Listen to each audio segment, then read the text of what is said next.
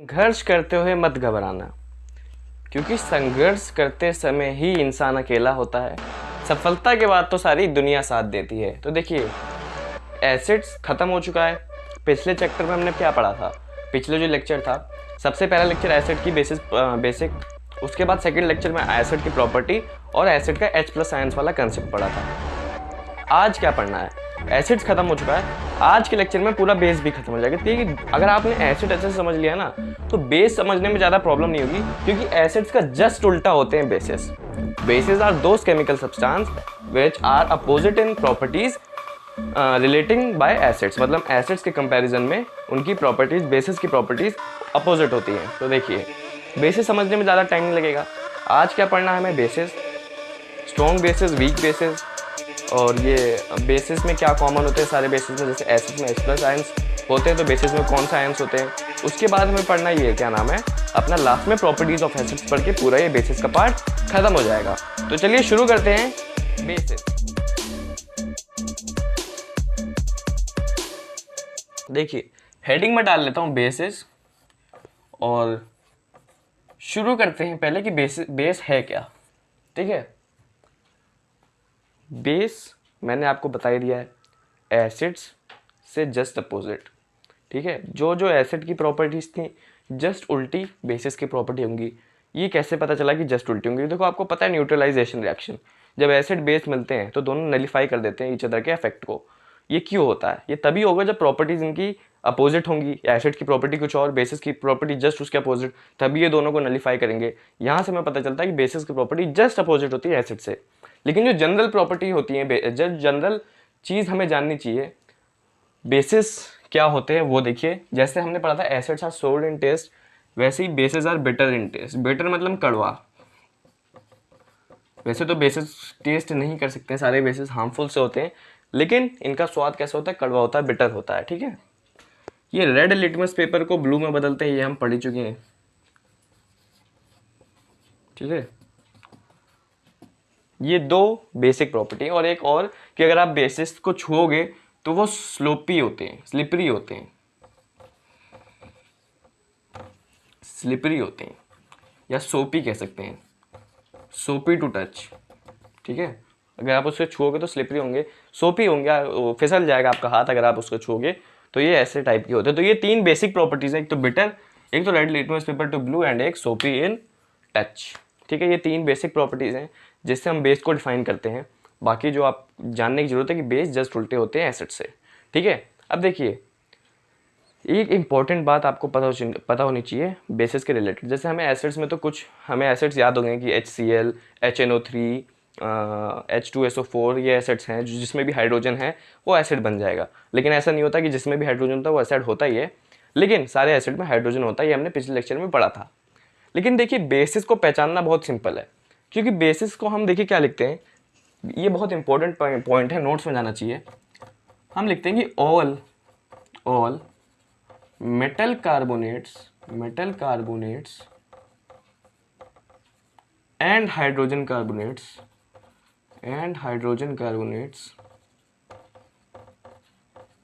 are bases।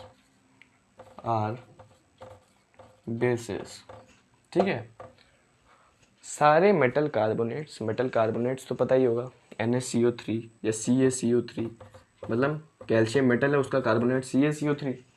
ऐसे ही सारे hydrogen carbonate, मतलब NaHCO3 जैसे सोडियम का हाइड्रोजन कार्बोनेट।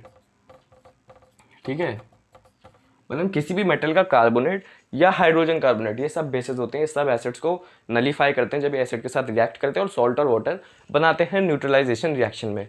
तो पहचानना बहुत सिंपल है बेसिस को। अगर कहीं पे भी मेटल का कार्बोनेट दिख जाए या हाइड्रोजन कार्बोनेट दिख जाए तो पहचान लीजिए वो बेस है। एक और बात इससे सेम ही जो भी जानना बहुत जरूरी है, मैं यहाँ लिख देता हूँ। वो बात कहती है कि all metal oxides and hydrogen oxides या हाइड्रोक्साइड्स आर बेसिस। जैसे मतलब सारे, अब चार चीज़ आपको पता चल गई, कहीं पे भी मेटल ऑक्साइड दिखे या मेटल हाइड्रोक्साइड दिखे या मेटल कार्बोनेट या हाइड्रोजन कार्बोनेट दिखे, इसका मतलब वो क्या है, बेस है। जैसे फॉर एग्जांपल मेटल ऑक्साइड, कोई भी ऑक्साइड ले सकते हैं आप, CaO ले लीजिए, कैल्शियम का ऑक्साइड। मेटल हाइड्रोक्साइड में भी कोई भी ले सकते हैं, इसी का ले लेते हैं, Ca का ही ले लेते हैं, CaOH का होल्ड टू सब सभी को पता है, कैल्शियम का हाइड्रोक्साइड।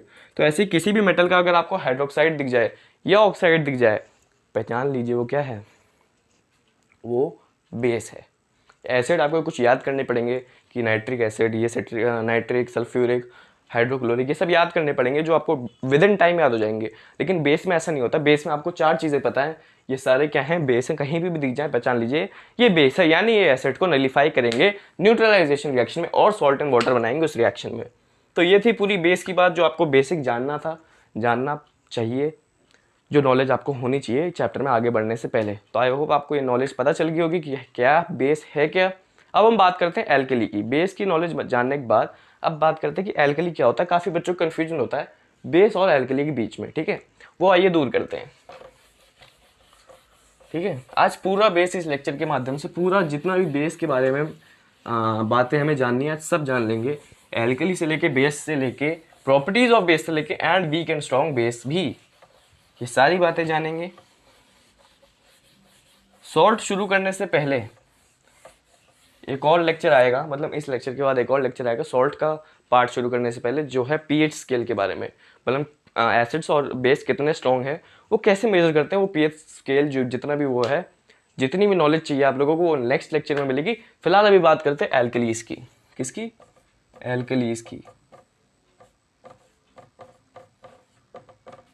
देखिए जितने भी बेस वाटर में, देखिए पहली बात तो सारे बेस वाटर में सोल्यूबल नहीं होते हैं, ठीक है, लेकिन जितने भी बेस वाटर में सोल्यूबल होते हैं उन सभी बेसिस को कहा जाता है एल्कलीज। मतलब अगर एल्कलीज की डेफिनेशन लिखूँ तो मैं कुछ ये लिखूंगी, और मैं लिखूंगा कि the bases which are soluble in water, मतलब वो जो वाटर में डिजोल्व हो जाते हैं easily, soluble in water are called alkalis. ठीक है, एक और बात समझिए, सारे बेस एल्कली नहीं होते हैं लेकिन सारी एल्कलीज बेस होती हैं। और कंक्लूजन ऐसे निकल गया कि सारे बेसिस एल्कली होते हैं, मतलब सारे बेसिस डिजोल्व नहीं होते हैं वाटर में, लेकिन जितनी भी एल्कलीज होती हैं वो बेस तो होते ही हैं, ठीक है। लेकिन ऐसा माना जाता है, मतलब हमारे बुक्स में, हमारे सिलेबस में एल्कलीज का यूज़ ज़्यादा होता है क्योंकि वो वाटर से सोल्यूशन बना लेता है, एक्व सोल्यूशन बना लेता है, तो उसका यूज़ ज़्यादा होता है इंडस्ट्रीज़ एरिया में, इन सब एरिया में। तो हमें जितनी भी बात करनी है आप चैप्टर में वो एल्कली के बारे में ही करनी है। तो अब मैं जितनी, मतलब इससे आगे, अब जब मैं और आगे लेक्चर बढ़ेगा तो जब भी मैं बेस बोलूँ तो समझ जाइए मैं एल्कली की बात कर रहा हूँ, क्योंकि एल्कली ही मेन है।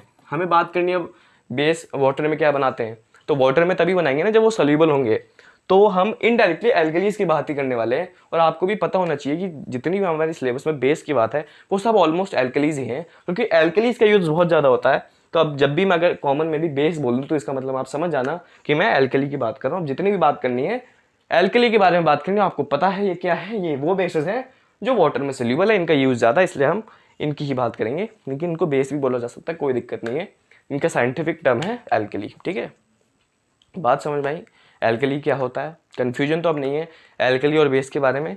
अगर नहीं है, अगर कन्फ्यूजन नहीं है तो आइए पढ़ते हैं what do all bases have in common. मतलब what do all acids have in common में हमने क्या पढ़ा था? हमने पढ़ा था सारे एसिड्स में हाइड्रोजन आयन, हाइड्रोजन कॉमन होता है। आइए देखते हैं सारे बेसिस में क्या कॉमन होता है। अगर मैं एक बेस की लिस्ट उठा लूँ, उनके साथ कुछ हरकत करूँ, तो क्या उन सब में कुछ कॉमन मिल रहा है? हमें एसिड में मिला था हाइड्रोजन कॉमन था, हाइड्रोजन आयंस हर एसिड में बन रहे थे। देखिए ये बेस में क्या बनता है, बेस में क्या बनता है ये देखते हैं। ठीक है, बेस में मैं आपको बताऊं what do all bases have in common, अगर आप नोट्स में हेडिंग डालें तो बनेगा कुछ इस प्रकार कि जब भी किसी भी बेस को मैं वाटर में डिजोल्व करूँ, H2O में डिजोल्व करूँ, तो एक तो पर्टिकुलर मेटल का आयन बनता है, मेटल है जो भी उसके साथ बेस के साथ जो भी जुड़ा होगा उसका आयन बनेगा। ठीक है, और OH माइनस आयंस बनते हैं, OH माइनस आयंस। चाहे कोई भी बेस उठाऊं, उसको जब मैं वाटर से डिज़ोल्व करूँ, ट्रीट करवाऊँ, तो हमेशा मुझे एक तो पर्टिकुलर उसका आयन मिलेगा, जो भी मेटल या जो भी होगा उसका आयन मिलेगा, जो भी यहाँ पे सब्सटेंस यूज़ हो रहा होगा मेनली। और क्योंकि हाइड्रोजन H2 से रिएक्ट करेगा तो OH माइनस आयन्स बनाएगा। क्या बनाएगा? OH माइनस आयन्स बनाएगा। यानी all basis when dissolved in water form OH minus AQ ions. OH minus AQ ions. हमने क्या पढ़ा था एसिड्स में? सारे बेसिस, सारे एसिड्स वाटर में डिसॉल्व होने के बाद H प्लस AQ आयन्स बनाते हैं। क्या बनाते हैं? H plus AQ ions.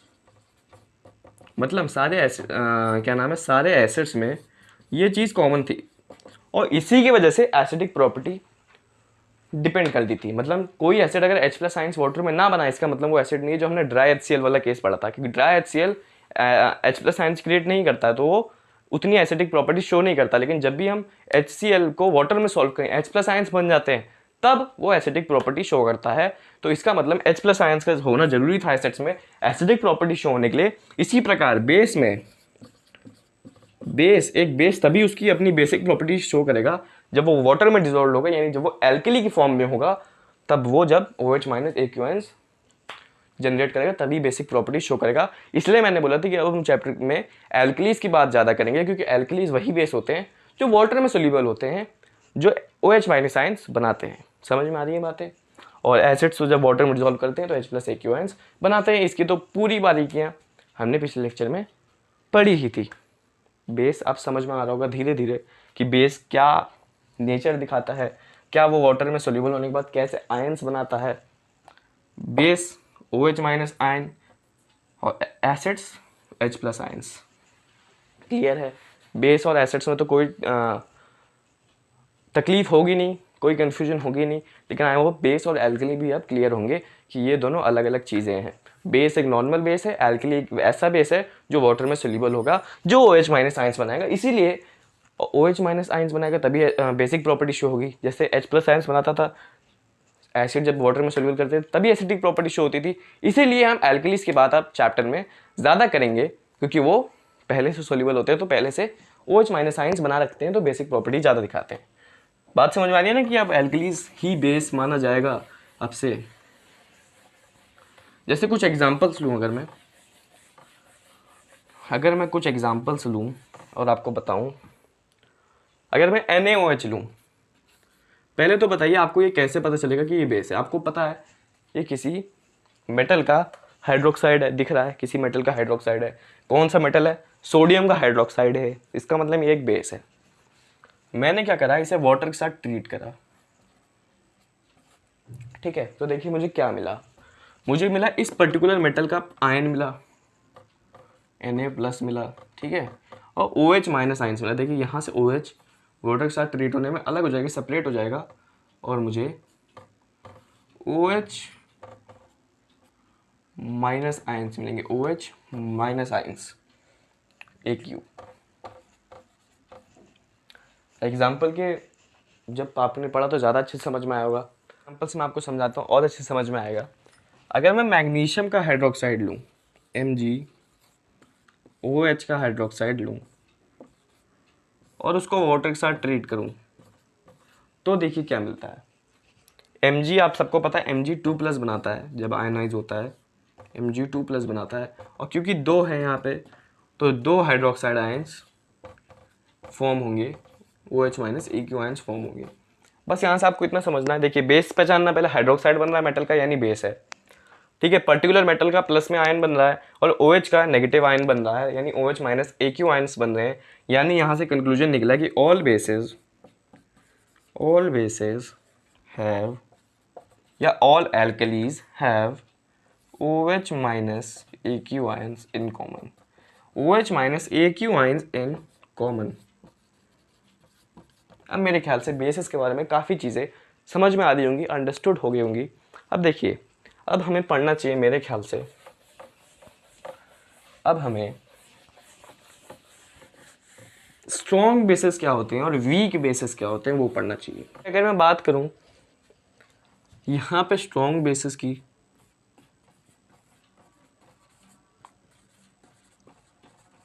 और यहाँ पे वीक बेसिस की, हम स्ट्रॉन्ग एसिड्स और जब वीक एसिड्स हम पढ़ रहे थे तो हमने उसको कैसे क्लासीफाई करा था, जो एसिड ज़्यादा अमाउंट ऑफ H+ आयंस बनाएगा वो स्ट्रॉन्ग एसिड होगा, HCl ये सब, ठीक है। और जो acids come amount of H+ ions बनाएंगे वाटर में डिसॉल्व होने के बाद, वो वीक एसिड्स होंगे। जैसे ये सब जो एसिड्स होते हैं नॉर्मल एसिड्स, कार्बोनिक एसिड वाले जो ऑर्गेनिक एसिड्स होते हैं, ये सब वीक से होते हैं, ठीक है। तो अब इसको भी ऐसे ही पढ़ेंगे, मतलब जो बेस कंप्लीटली आयनाइज हो जाता है वाटर में, कंप्लीटली मतलब पूरी तरह से वो आयनाइज हो जाता है वाटर में, और बहुत ज़्यादा amount of, large amount of OH- AQ ions बनाता है, OH- AQ ions large amount में बनाता है, वो स्ट्रॉन्ग एसिड्स होते हैं, स्ट्रॉन्ग बेसिस होते हैं, सॉरी। और जो बेसिस पार्शली आयनाइज होते हैं, मतलब कंप्लीट तरह से आयनाइज नहीं होते, कंप्लीट तरह से डिजोल्व नहीं हो पाते वाटर में, पार्शली आयनाइज होते हैं वाटर में, और जो small amount of hydroxide ions बनाते हैं, यानी हाइड्रोक्साइड OH- AQ आयंस जो स्मॉल अमाउंट में बनाते हैं, उनको क्या कहते हैं, वीक बेसिस। अगर एग्जांपल की बात करूँ तो ये जो KOH है यानी पोटेशियम हाइड्रोक्साइड, NaOH है, सोडियम हाइड्रोक्साइड, ये सब स्ट्रॉन्ग बेसिस है, ठीक है। अगर मैं यहाँ बात करूँ एग्जांपल की, तो जैसे कैल्शियम का है हाइड्रोक्साइड और Mg का हाइड्रोक्साइड है, ये सब वीक बेसिस है। तो बात समझ में आ रही है बस कैसे क्लासीफाई करा, जो ज़्यादा अमाउंट बनाएंगे जो कंप्लीटली आयनाइज हो जाएंगे, और जो कम अमाउंट बनेंगे जो पार्शली आयनाइज होंगे वाटर में, वो स्ट्रॉन्ग और वीक बेसिस होंगे। एग्जाम्पल आप याद कर सकते हैं, इसका भी एग्जाम्पल आप याद कर सकते हैं। तो स्ट्रॉन्ग और वीक बेसिस आई होप अच्छे से क्लियर हो गया होगा। अब सिर्फ लास्ट टॉपिक बचा है बेस के बारे में, जिसको हम कहते हैं प्रॉपर्टीज ऑफ बेसिस।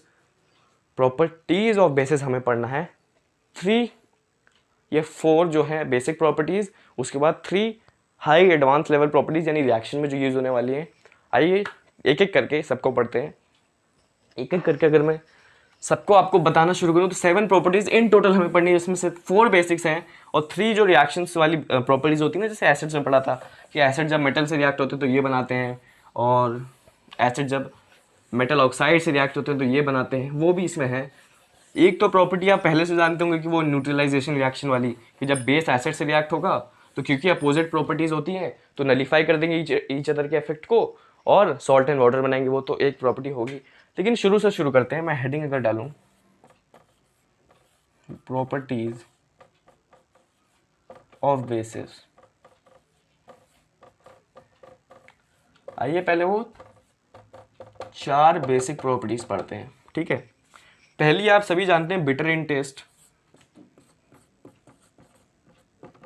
बिटर का मतलब कड़वा, और जो एसिड्स होते हैं सोर होते हैं, ठीक है। सोर का मतलब खट्टा, ठीक है।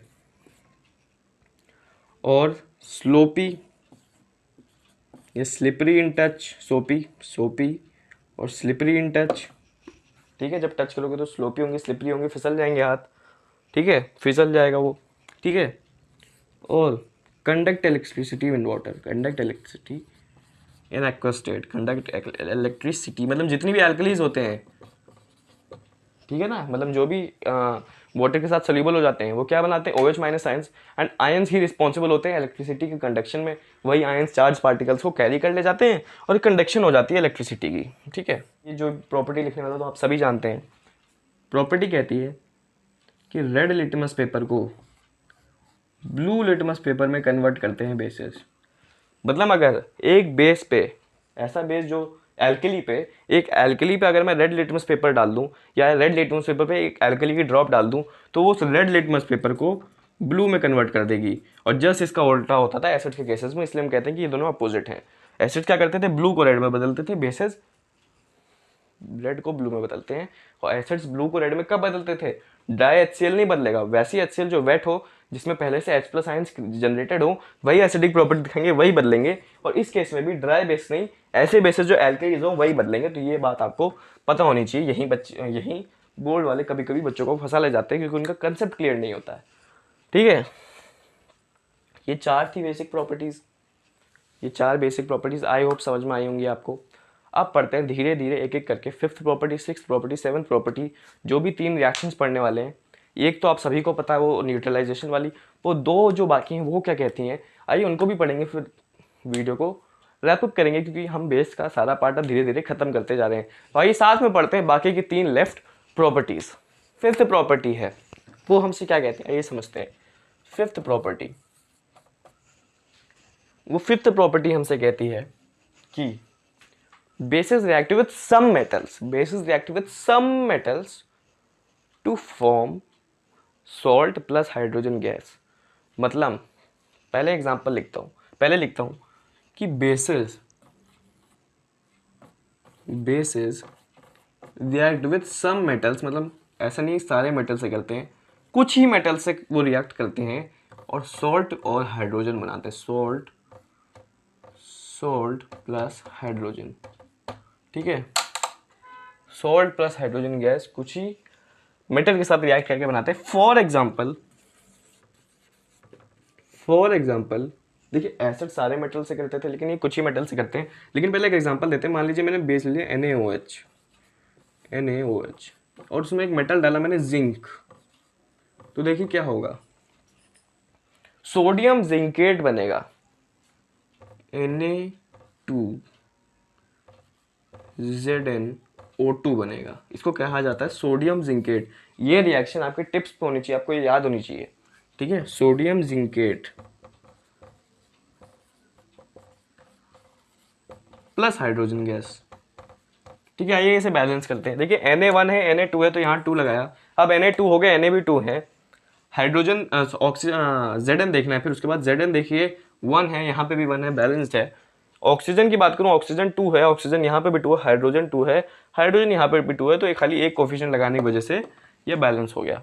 ये रिएक्शन आपको याद होनी चाहिए, सोडियम जिंकेट वाली, क्योंकि जो बेसिस है ना वो कुछ ही मेटल से रिएक्ट करते हैं। जैसे अभी मैंने कुछ मेटल्स में से Zn लिया, इसका मतलब कोई भी बेस Zn से रिएक्ट कर जाएगा। ऐसे भी और मेटल्स है जो आपको अपनी जर्नी में याद होते जाएंगे, कुछ ही मेटल्स है आपको जल्दी जल्दी याद होते जाएंगे। जब और हम आगे बढ़ते जाएंगे इस चैप्टर में, और बेसिस की बात करेंगे और डिटेल में पढ़ेंगे, ठीक है ना, तो आपको वो सारे मेटल्स धीरे धीरे याद होते जाएंगे। अभी खाली एक ही एग्जाम्पल आपको याद होना चाहिए कि पहली बात तो आपको याद होनी चाहिए कि ऑल मेटल्स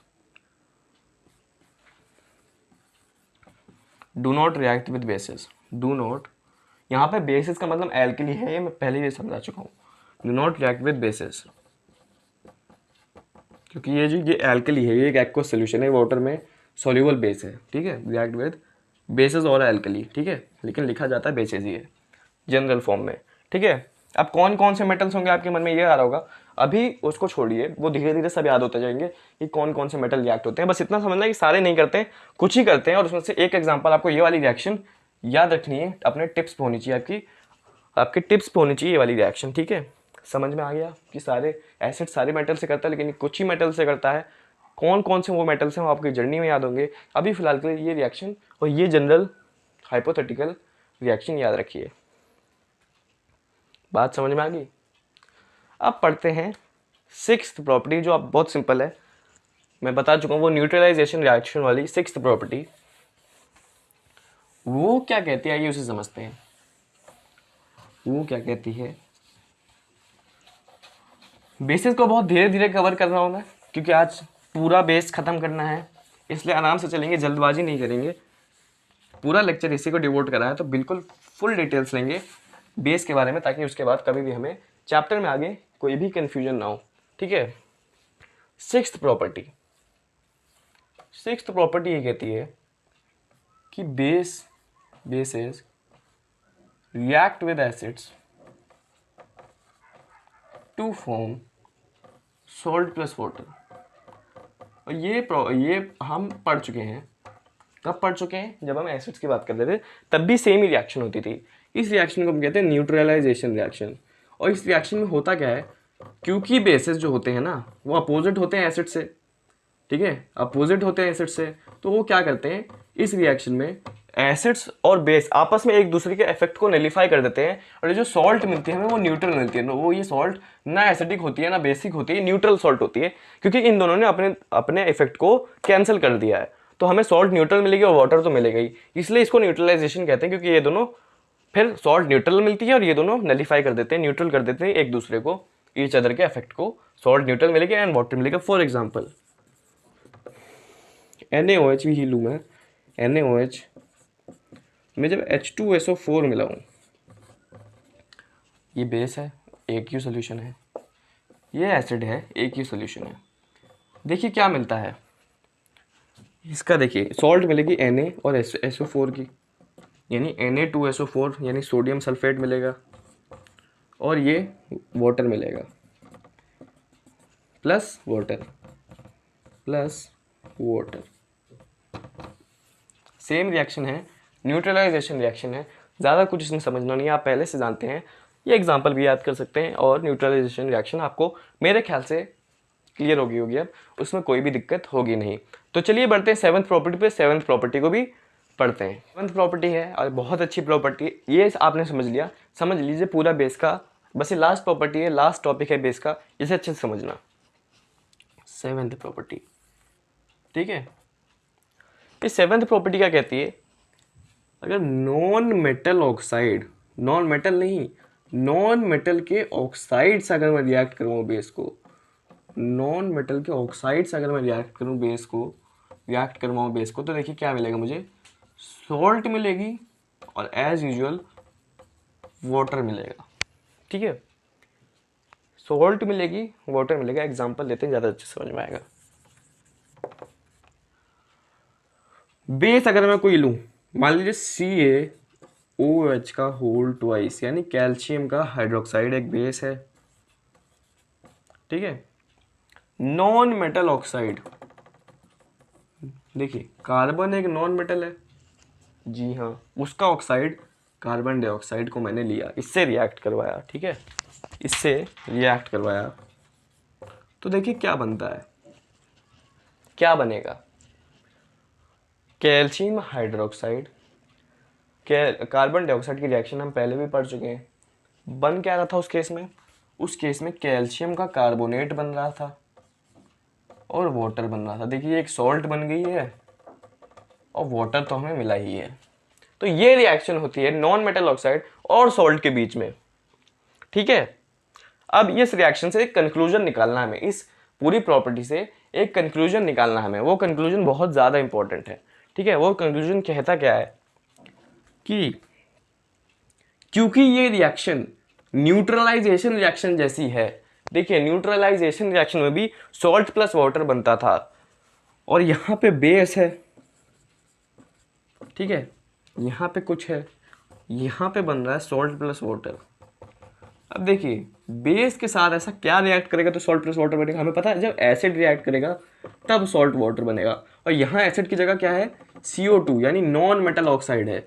यानी ये कंक्लूजन हम निकाल सकते हैं कि जो नॉन मेटल ऑक्साइड्स होते हैं, नॉन मेटल ऑक्साइड्स वो एसिडिक होते हैं नेचर में, they are acidic in nature. और अगर आपको याद होगा मैंने पिछले लेक्चर में ऐसे ही एक प्रॉपर्टी लास्ट में पढ़ाई थी जिसमें था यहाँ पे मेटल ऑक्साइड्स, और वो हमने क्या कंक्लूजन निकाला था कि वो बेसिक होते हैं, और यहाँ हमने क्या कंक्लूजन निकाला, जो नॉन मेटल ऑक्साइड होते हैं वो एसिडिक होते हैं क्योंकि वो ऐसी न्यूट्रलाइजेशन दिखाते हैं। एसिड वाले केस में भी यही पढ़ा था। तो ये दो कंक्लूजन मेरे ख्याल से सबसे मेन है जो बच्चों को याद होने चाहिए। अगर ये कंक्लूजन याद हो गए तो समझिए एसिड बेस की पूरी बारीकी, पूरी माया आपको पता है। मेरे ख्याल से यहाँ बेस ख़त्म होता है। Uses of base, uses of base यहाँ पे आपको दिख रहे होंगे। ये है कि बेस कहाँ कहाँ यूज़ होते हैं। कभी कभी बोर्ड्स में 2 मार्कर में या 3 मार्कर में ये पूछ लेता है, रटने वाली चीज़ है, इसे रट लीजिए। केमिस्ट्री में थोड़ी बहुत चीज़ें रटनी भी होती है, तो मेरे ख्याल से वो पूरी यूजेस आपको दिख गया होगा, आपके एनसीईआरटी की बुक में भी है, तो उसे याद कर लीजिए। 2 मार्कर 3 मार्कर में कभी कभी आ सकता है। ऐसी चीज़ों को भी अपने दिमाग में अपने टिप्स पे लेके चलना होता है, कभी कभी ऐसे क्वेश्चंस पूछ लेते हैं। बाकी कंसेप्ट मेरे साथ क्लियर करते जाइए, चीज़ों को याद करते जाइए। केमिस्ट्री पढ़ते समय एक अलग पेपर जरूर लेके बैठिए, उसमें जो भी इंपॉर्टेंट आपको चीज़ है, जो भी केमिकल फार्मूला, जो भी केमिकल रिएक्शन आपको नहीं पता चल रही है इस पूरे जर्नी के दौरान, इस पूरे लेक्चर के दौरान, उसे नोट करते जाइए। साथ में नोट्स बनाएंगे, साथ में पढ़ाई करेंगे। अगर साथ में जर्नी कंटिन्यू रखेंगे तो ज़रूर अपने एम पे पहुंचेंगे। और एम ये है, एम ये है, एम ये है, एम को लाना है। अभी फ़िलहाल इस लेक्चर को ख़त्म करते हैं। बेसिस क्या होता है सब पता चल गया, एसिड क्या होता है वो भी पता चल गया। नेक्स्ट टॉपिक है एसिड्स और बेस के स्ट्रेंथ को, यानी कितने ताकतवर हैं उसको कैसे मेजर करा जाता है, यानी पीएच स्केल के बारे में पूरी बारीकी, पूरी माया जाननी है नेक्स्ट लेक्चर में। तो अभी फ़िलहाल इस लेक्चर को यहीं ख़त्म करेंगे। नेक्स्ट लेक्चर में फिर से मिलेंगे एसिड्स बेस इस दिसंबर के लास्ट तक ख़त्म करने का मेरा प्लान है with a video of questions on this chapter. मतलब ये दिसंबर के एंड तक पूरा अच्छे से क्लियर हो जाएगा। 1-2 वीडियो क्वेश्चंस की भी आ जाएंगी लास्ट में, थ्योरी तो ख़त्म हो ही जाएगी। तो बने रहे मेरे साथ, बने रहे अनुराग एजुकेशन अकेडमी यानी AEA के साथ, बने रहे मेरे साथ। Stay tuned with us. So that's it for today, bye.